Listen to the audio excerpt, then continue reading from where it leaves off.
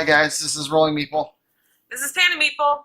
Here we are with a quick run through of how Archmage works. Do you want to explain the concept of Archmage to us? So this is from the rulebook, and we were going to just say what it was about, but this sounds way better, so I'm going to read it to you. In Archmage, players take on the roles of talented but inexperienced magic users drawn toward an epic destiny, a destiny that only one of them will fulfill. A great conjunction of planets is approaching. When the 6 planets are aligned and the set number of rounds are completed, a new Archmage will be hailed across the land. The timing of the game is a key consideration, and with the clock ticking, optimizing the efficiency of each journey will be crucial. The aspiring mages will have numerous goals to achieve, including exploring and controlling locations, recovering lost relics, recruiting followers, building their own tower, training apprentices, and casting mighty spells. The one who builds the most powerful order of mages, as defined by the breadth and power of the spells known to the mages and their apprentices, and has the most influence over the land, earned by exerting control over the majority of key locations, will be victorious. So basically, we have little moons here, and we'll show you how to set those up. We've set up the main board, but we haven't set up our individual boards. But we have little moons, and the idea is that our little mage people, where'd my mage go? Oh, it's over here. We start in the middle. Our little mage people are trying to be the best mage ever. And there's a couple ways to do that, but let's set up our boards first. Alright, so the concept of it is that each mage sees the planets differently as they align. So what you do is you randomize your planets on your player board. We just shake them up in our hands and then put them down one by one across our player board, leaving the middle space empty. So, as you can see, ours are turning out quite differently. In each color represents a different type of relic. The greens are seeds. Yeah. Yellow is widgets. Time is scrolls. Will is gems. Death is bones, and blood is blood. Well, that's easy. The easiest way to remember them is that they have a little symbol. I don't know if you can see it in the video, but they have a little symbol in each of the little spots that shows you kind of what the relic is for each of those. So we have our board partially set up. Now for a 2-player game, which is what we're set up for right now, we have to move our moons a little bit so that the timing is correct. And in a 2-player game, each player moves 2 planets of their choice, 1 space away from the center space. So it can be any of these. You get just to decide which ones you want. So I'll just move I'm gonna move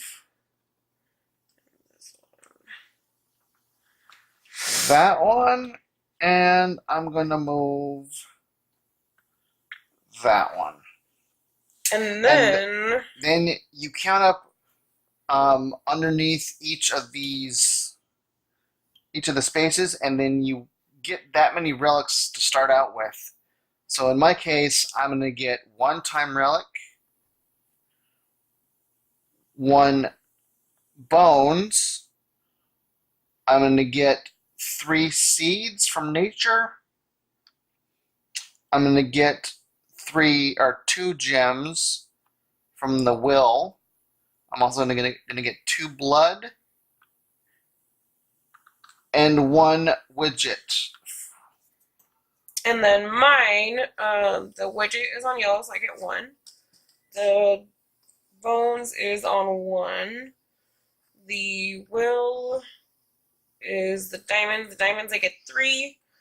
And it's underneath. I don't know if you can see it, but there's numbers underneath. The time, the scrolls, I get 2. The seeds, I get 2. And then blood, I get 1.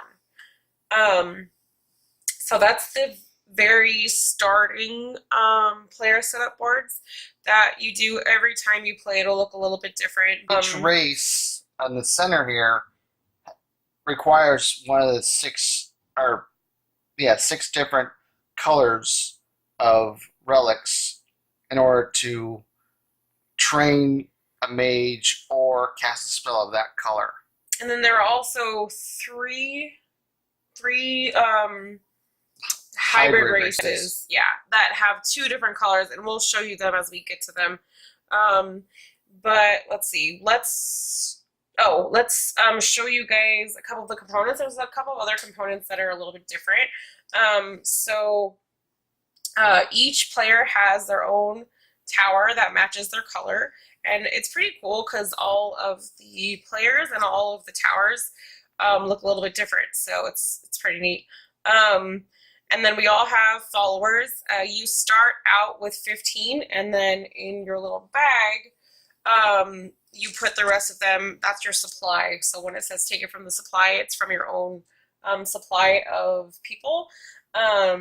Each of us gets a list of the actions that you can take, and then we also get a list. This is a list of all the spells, and it's just kind of a quick list to tell you what each spell does.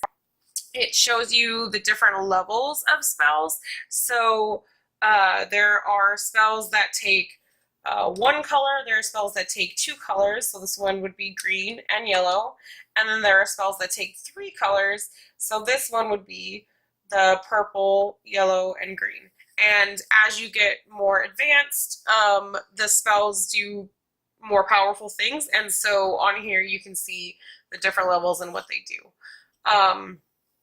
The symbols on them also tell you a little bit about the spells. So the lightning bolt is kind of a instantaneous effect. The little arrows are lightning, if you can see it. So that one takes instant effect. Stone Skin is the first one listed with the 2 arrows, and that basically is I believe that's one that you can do more than one time, right? Mm-hmm. Whenever an opponent, So this one says whenever an opponent attacks one of your followers, you may return the follower to your company while you have that spell active. So it can have multiple effects. And then the last one is the infinity symbol, and that one stays out until something causes it to go back. So sometimes, for example, this one.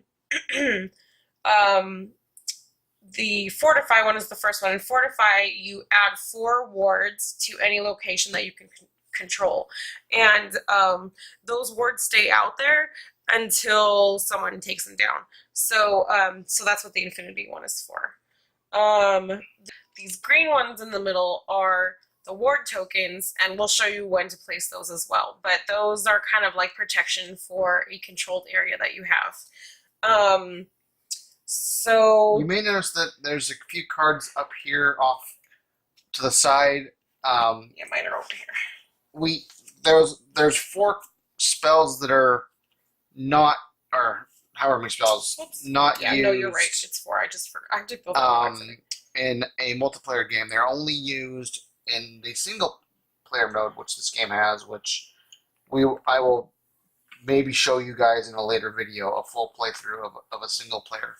Yeah, the single player is pretty different. We haven't tried it yet, but it looks pretty cool. You're playing against Warlord, right? Something like that. Yeah. So the ones that you take out are the ones with this little devil-y guy on the top, and there are some that have both, which is why I accidentally took those out. But it's the ones with only him on it that you take out. So let's see. You want to go through a turn? Sure, I'll go ahead and go first. You get 5 movement points per turn, which you can do to move, explore, attack, which we might be able to show you later, or any combination. Any combination of the above. So I'll go ahead and just move. Let's see. To 1 there, and I'll explore it. And as soon as you explore, the first time you explore a tile, you get, and it's a wilderness tile, you get a rune of that color. So I explored a grove, which is the green one, so I got a nature rune, a seed. And so I'll go. Oh, and then every time that you explore, you can also choose to leave a person there. And you can, and it doesn't have to be just the first time that it's explored. Not mine. Oh, yeah, I'm blue. He's usually blue, so he gets very confused. But blue is the girl, so I've been playing the blue one. But every time that you move, you can choose to leave a little follower here, and then you control that area for the time being. And it doesn't have to be just the first time that you turn it over. It can be any time that there's no other follower there. Yes. You can place one there. So I'm going to go here and flip this one over at the library. I'll place a follower there. And that's a purple one, so I get another purple one. And that's 4 movement points because it's move, explore, move, explore. And I'm going to end my turn on the town. And so when you end the turn on a town, you get to gather relics and followers based on the locations that you control. You control locations if you've got a follower there. So again, I'll get another green and another purple. And that's pretty much all I can do.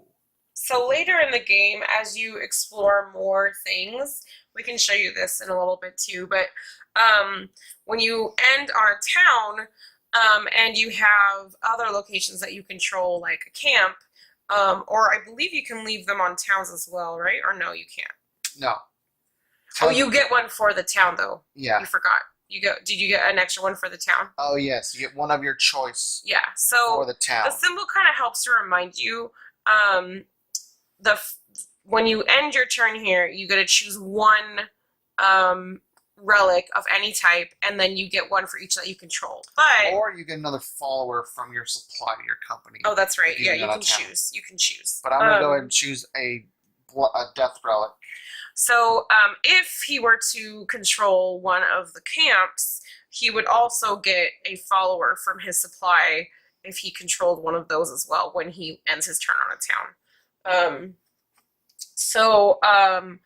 I will go to one explorer.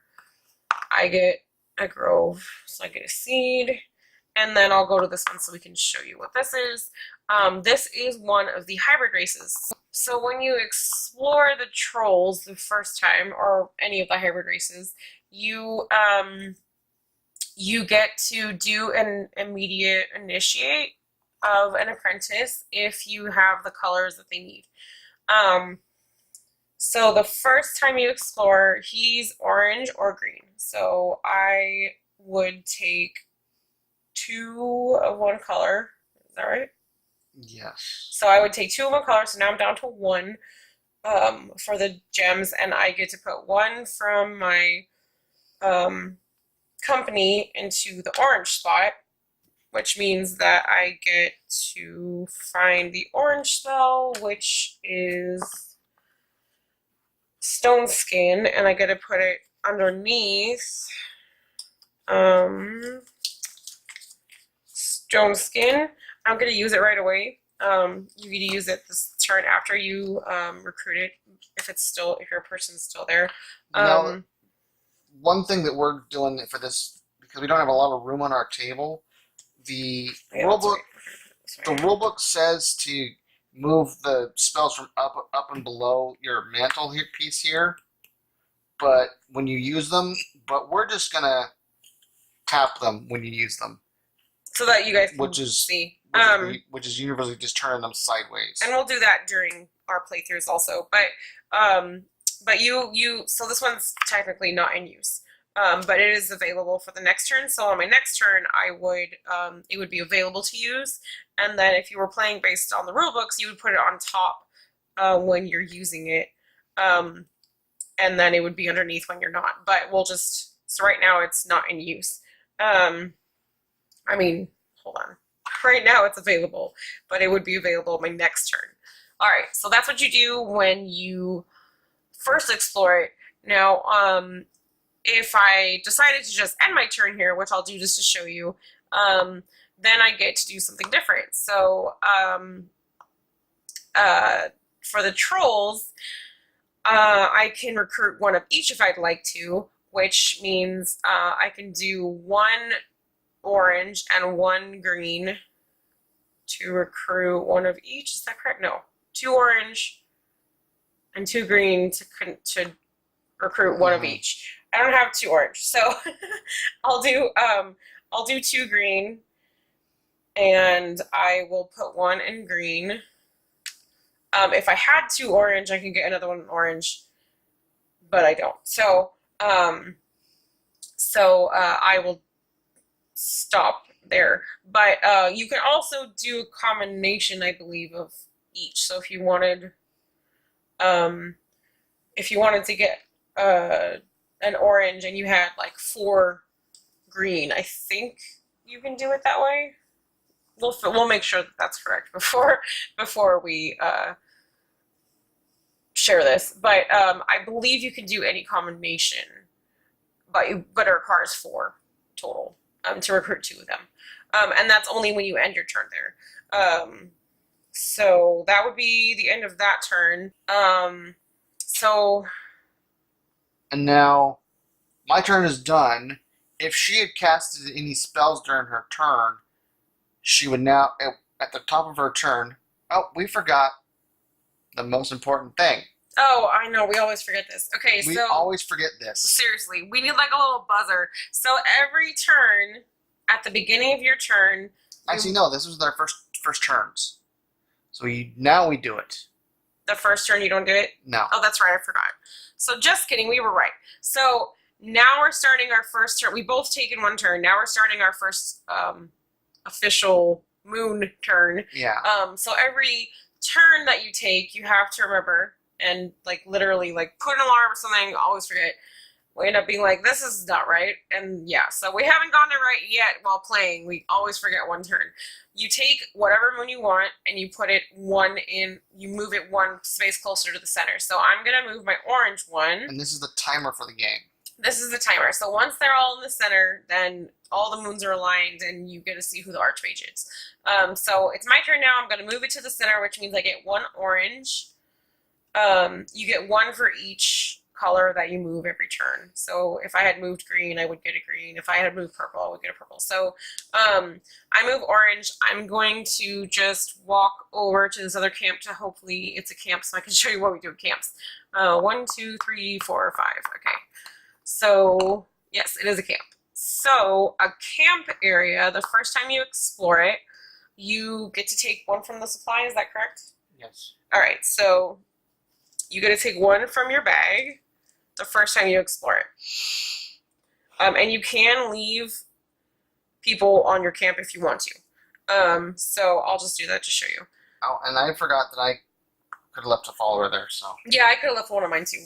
We're just going through it pretty quick. I just wanted to kind of show you guys, because there's so many rules, kind of like what you do on each space, because to me that's the most confusing part. That's the hardest part of the game, is remembering like it's the first turn. On this first turn I have to do this, on when I explore it I have to do this, all that stuff. So we're gonna design a little chart for you guys, because I feel like I need a chart to show you kind of like first turn, like the exploration turn, and then the end your turn there, like what you do on each of those, so that you guys can kind of get an idea of how it looks a little bit more clearly. They do a pretty good job of explaining it, but it's really hard to keep track of all of it. So I think like a visual would be great if they had like a little visual for it.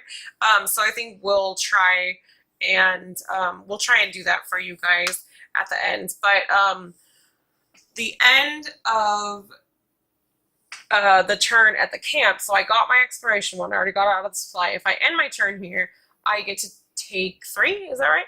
Yes. So if you end your turn here, you get a lot of people because it's a camp. So you're recruiting more people into your what's it called? Company. Company, thank you. So I get to choose 3 people and put them in here. And these people are the ones that you use to either control the areas or to take them from your company and put them into your tower so they can train as apprentices. So that's my turn. Is there any that we haven't done? We've done the race and we've done the camp. Let's end on a wilderness so we can show that one. Yeah, and then I'll go ahead and do 1. Wrong one. I keep doing that.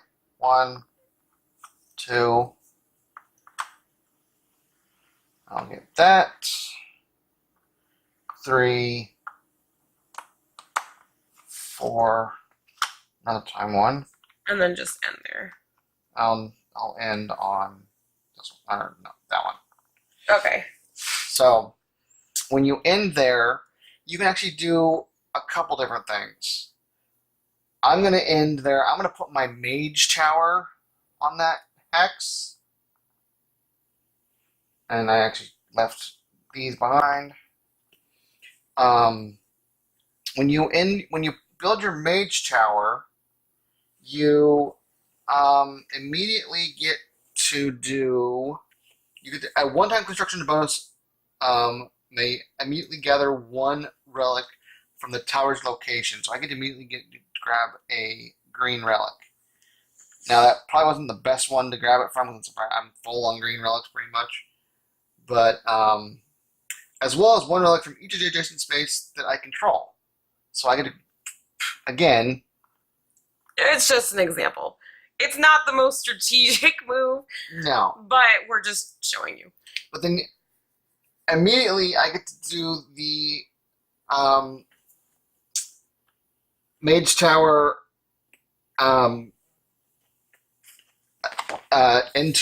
Journey's End action, which is I can place awards or initiate and promote apprentices. So I'll show you what. Well, I can't do the initiate and promote apprentices because I don't have apprentices. Let's pretend. Let's pretend that I had apprentices, a couple apprentices here, and a couple apprentices here, or 1 apprentice there. I could have 2 apprentices duel from joining spheres, and then that would move them into this center, or this little center space, which means that I get access to a more powerful spell from the base spell, but I would also lose access to this one because I have nobody there. Yeah, a good way to remember it is wherever your people are, those are the spells that you have.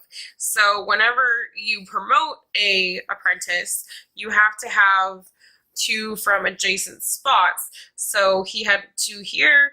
He moved them. Technically, they move both to the center, and then they fight, and then one of them goes back to your company because they're defeated, and the winner gets to know this super cool, powerful spell. The same thing works if you promote to the center spot. So say that he had this one here instead, he would get these 2 spells to start out with, and then when he promoted them to this spot, they would both go here, fight it out, one of them would win. You would lose the 2 second tier spells, but you get the 3rd tier spell, which is, they're all pretty freaking powerful. So there is a downside a little bit because at the end of the game you want to have as many spells as possible, but also you want to make sure that you have a lot of high level spells because the high level spells are worth more points, and they do different things, so it kind of like changes how you play the game as well. But that's how you promote. So we'll put you back here so that we didn't really go through attack. So let's say that she has somebody here. Yeah, you want to do yours? Okay. And I'll move my. This is the only way you gain blood relics in the game. You would move your mage to the place that an opponent has a follower, and then you would attack that follower. That follower gets returned to the player's supply, not their company. Yeah, so we played that one wrong for a little bit. He's dead. And I would get 1 blood relic, And I also get 1 and blood she'd relic. get 1 blood relic. So that I kicked him off of that space. And then if he wanted to, he could take control of that and put his little person there. Yeah. The other thing we didn't show you was ending a turn on a color. So when you end your turn on a wilderness space, you get to put wards, these ones, on the spaces that you control, the space that you're on, as well as the spaces that you control around yourself. So he would put a word here and put a word here. That means that, say that I'm coming over here, and I'm like, oh, he's not here. Let's just put it over there. Say that I'm coming over here, and I'm like, I will attack you. And then I'm like, oh, poop, I have to kill your ward first. So every time you break a ward, it's a movement point, and every time you kill, it's a movement point. So that would be like a bunch of movement points. If you really want the blood or the space, then you definitely want to do it. But just keep in mind it takes movement points, so that's kind of the purpose of the wards, is to protect yourself. The other rule is you can never be in the same spot as another mage, and I can never be in the same spot as a mage's tower. So those 2 spots right now are off limits to me. I can't really do anything with those. Now I think what we're going to do next is we're going to just kind of fast forward the game to the end, and then we'll show you how things may look at the end and then how things are scored. So now we've set up kind of an end game scenario, what it looks like, what it might look like at the end of the game. It's probably not the way it's really going to look, but yeah, hopefully not. You have a bunch of followers and I have none. So the way that each person takes their last turn and then scores, they don't score simultaneously, which is kind of unique, and I kind of like it that way. But yeah, it does make it a little bit more confusing because, like, one person's scoring while the other people are taking their turns, which is fine. But while he's doing this, I would be taking my last turn, yeah. Yeah. Because I would still have a turn to play. So basically, when his 5th, 6th, when all of them are in the center, then he starts his end game. But doesn't necessarily mean everyone else is on theirs. So he would score it as is during his turn. And then during my turn, it might change. So we'll score it as is for his turn to show you kind of how that works. And then I'll take a turn and I'll show you how it kind of changes depending on what happens. So based on what this is set up right now, you get 1 victory point for each base level spell or fundamental level spell. So I have 2 or 3 at the moment, or at this in-game scenario. So I get 3 victory points for that. You get 2 for each advanced level. I've got 2, so that would give me 4 points. And then you get 4 for each master level spell, and I've got 1 of those, 2 of those. So that gives me 8 points. And then you go to what you control on the board. You go by if you've got the most, or if you're tied for the most. So right now, like on the mines, which are these ones over here, The orange color. I do control the most, so that gives me 2 victory points. Because he has 3, and I have none. And then Crypts, you control the most, so I don't get any for that. Groves, I've got the most. Yeah, because he has all 3. The Ruins, I've got 2, so I get the most. Again, this is not the way that the games would. Yeah, normally it would be a little bit different because I would probably control a little bit more.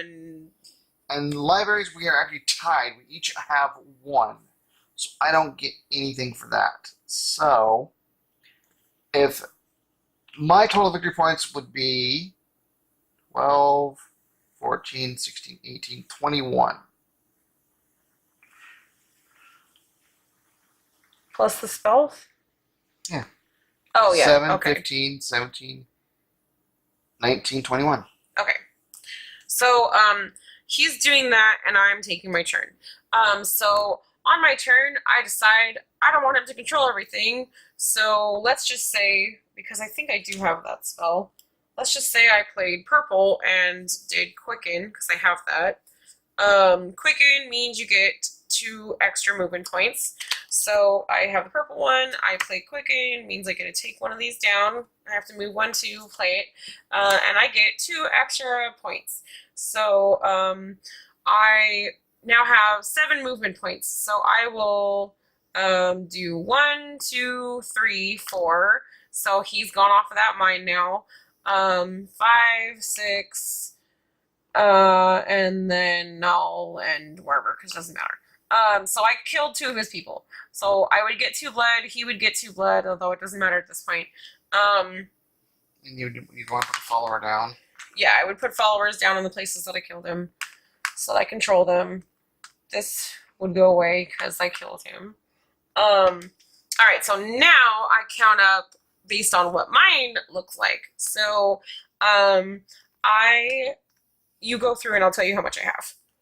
How many fundamental level spells? Okay, so fundamental is the first level. I have 1, 2, 3, 4. Okay. Advanced? Advanced is the second level. I have 1, 2. Master? And master, I have 1. Mines. Alright, so the mines are the orange one? Yeah, Yes. which you do not have a majority. Dang it. I killed you for nothing. Crypts. In crypts, I have majority still. Groves. Groves, I Do don't. not. This is not a very balanced game. No. Like, at this point right Ruins. now. Nope. Ruins, no. I would typically not have it like this. And libraries. Libraries, we're tied, right? Tied for most now. Or were we tied for most before? No. I don't know. No, we weren't. Yeah, if you're tied, you both get 1 point. Did we mention that? Yeah. Okay. So yeah, he kicked my butt in this pretend game because we weren't really playing. It would have been 21 victory points to 15 victory points. It would be a lot closer in a normal game. We didn't really set this up like, I think it's on the back, right? Like so these are the past games. Our first game we had 15 and 18. Yeah, so it's pretty close. But then our second game we had 20. She beat me 25 to 15. But I don't think we were probably playing a lot of stuff wrong at that point. So it's okay. But that's kind of how you play. That was the game that I learned that master level spells are extremely important to have. Yeah. I didn't have any. Yeah. And she had 3. Yeah. So each spell is worth different points, right? Correct? Yeah. Even though I had 5 fundamental levels and 3 advanced, her 3 master levels kicked my butt. Yeah, you definitely, like, there's a couple different strategies you could use, but master level spells they take a lot of work to get, but if the more you can have them, the better, because they're worth more points and they do, like, crazy stuff during the game. Now, one thing I do have to say, we'll kind of get into our review part of this game, so one thing I do have to say is,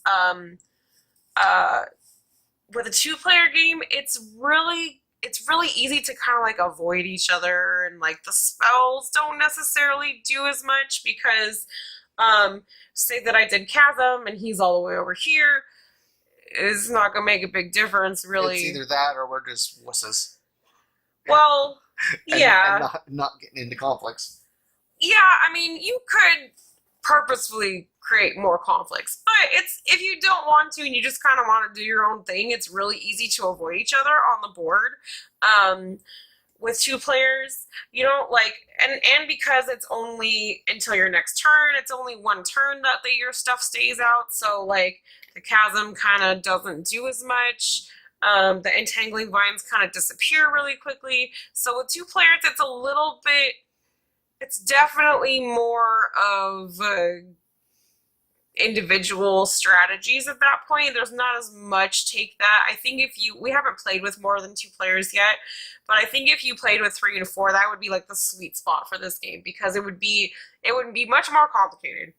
But I think you would see a lot more going on the board, because you would have, this person would have entangling vines, and this person would have wards, and this person would have chasms out, and you'd have to try and avoid all that while also taking control of stuff. So I think it would be a lot more complex at the 3 or 4 level. It plays well with 2, especially if you're just learning the game, because it's very complicated.